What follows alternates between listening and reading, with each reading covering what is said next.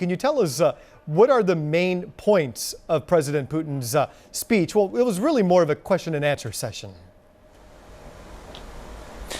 Yes, well, speaking to international business leaders and leaders from think tanks around the world, Vladimir Putin was speaking at the International Economic Forum here in St. Petersburg, had questions about things such as the development of energy resources, Russia, a very energy dependent economy, things like mining in the Far East, and various regions around Russia, and oil and gas as well. And there he said that the government would like to work with various international partners, that foreigners can invest in these projects, but that there is commissions that would have to look at that, the process of giving out, of letting them exploit the natural reserves of Russia. We've seen during Vladimir Putin's terms in office that he's wanted to protect Russian natural resources from too much foreign exploitation.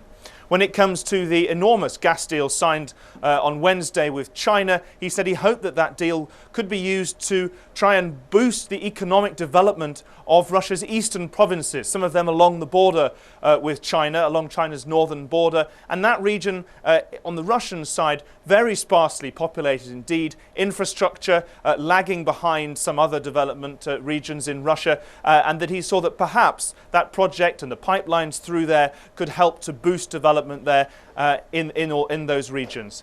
And then, no surprises, the question seemed unavoidable that despite this is an economic forum, the question of Ukraine and Crimea came up. Putin remains defiant on that point. He says that now, as far as he's concerned, Ukraine is in a state of full-scale civil war. And although NATO's seen some evidence of Russian troops withdrawing from the border, that won't do much to ease concerns about Russia's maintaining the point that it has the right, that it, as far as it's concerned, to intervene in eastern Ukraine to protect the rights of Russian speakers there.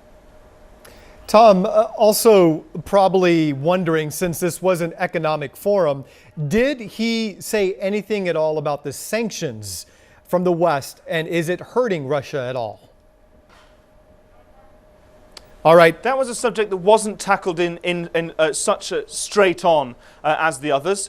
Although there have been many discussions about the sanctions, again an unavoidable elephant in the room at many of the sessions and conferences going on here, and the Russian government maintaining from an official stance that these are counterproductive sanctions and that their effect is minimal. But I've heard delegates talking, a lot of them quite nervous, not really wanting to talk to the media about these sanctions, because a lot of them are genuinely concerned about this. Huge capital flight from Russia, more so far this year than in all of 2013, a big hit to the value of the Russian ruble as well, and many companies saying to each other, how have you been affected by the sanctions in private? How have you survived? Have you done well? Have you sold out? So unfortunately these sanctions, although the direct effect of them has not been great according to Russian officials, the knock-on effects potentially very serious indeed.